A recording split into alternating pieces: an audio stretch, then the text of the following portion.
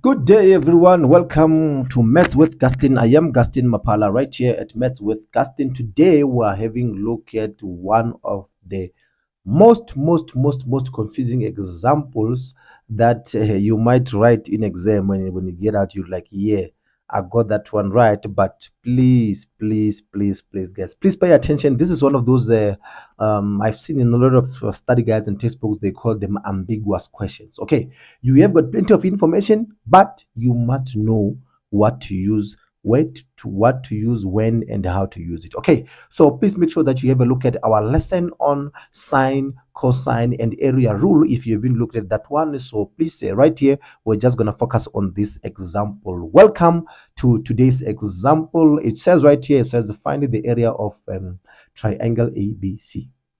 Right there. Okay, so now what we have here, we've got a side here. 28 is the side that is directly opposite of angle A, and then we've got this angle here.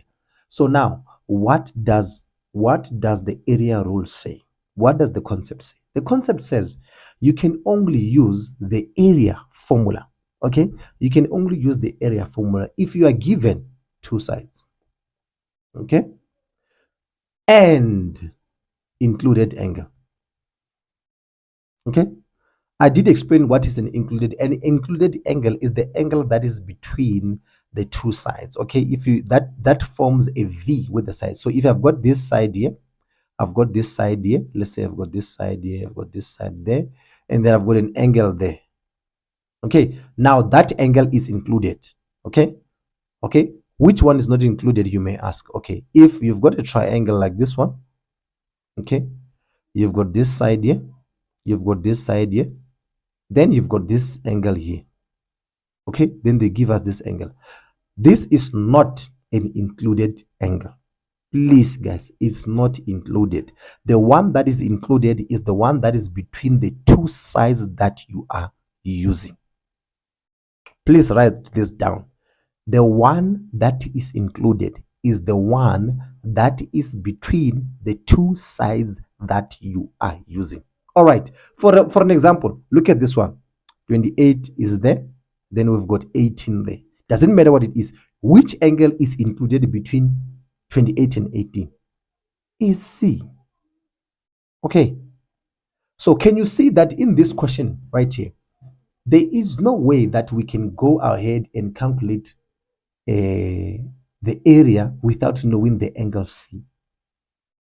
Okay, now with that in mind, so let's go ahead and solve this question. All right, okay, so therefore we are going to say in triangle ABC, we need to find angle C. Then we know that the sum of triangles, sum of angles in a triangle, they are equals to 180.